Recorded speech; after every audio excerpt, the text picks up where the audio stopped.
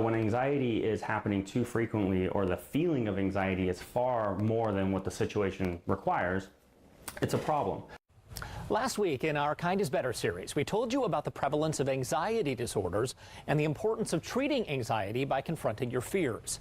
Tonight, we're furthering that conversation by focusing on one group of kids who we often don't hear from, boys. According to the CDC, while girls attempted suicide almost 3 times as often as boys, boys are 4 times more likely to go through with an attempt. The stigma around mental health exists for everyone, but it seems to be worse for boys. I didn't feel like I had any options. I didn't feel like I could talk to anyone, and I tried to kill myself. I just didn't know how to cope with it. I was just existing, but I didn't want to, but I just was. I would wake up and I would feel sad, and I didn't know why.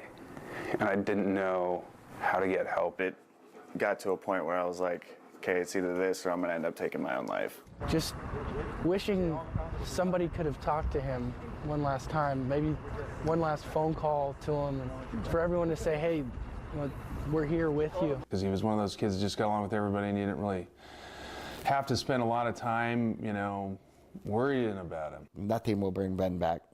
Nothing I can do.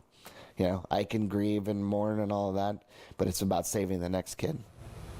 So how do we raise boys to feel comfortable expressing their emotions and to be compassionate?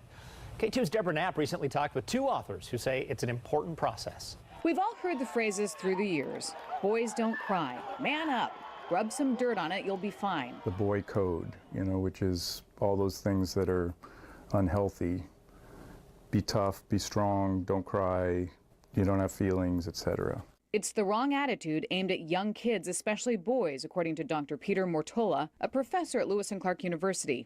And it creates a precedent for them when they grow up. We know that men are not accessing mental health in the way that females are. He's created a book called The Bear Inside to address the emotional development, particularly with boys. We all have a bear inside. Sometimes the bear will act out in ways that hurt others, biting someone at preschool, hitting our sibling, or using vicious words to attack someone on social media. He says the book guides kids to know how to use the inner bear to help them and validate their feelings. But one of the challenges is to get some boys to open up and talk, according to author of How to Raise a Boy, Dr. Michael Reichert. Boys are not necessarily going to welcome you with open arms all the time and say, Mom, how glad I am that you are coming here to be with me, or that you're waking me up this morning, or that you're driving me to school. But that doesn't mean they aren't able to open up.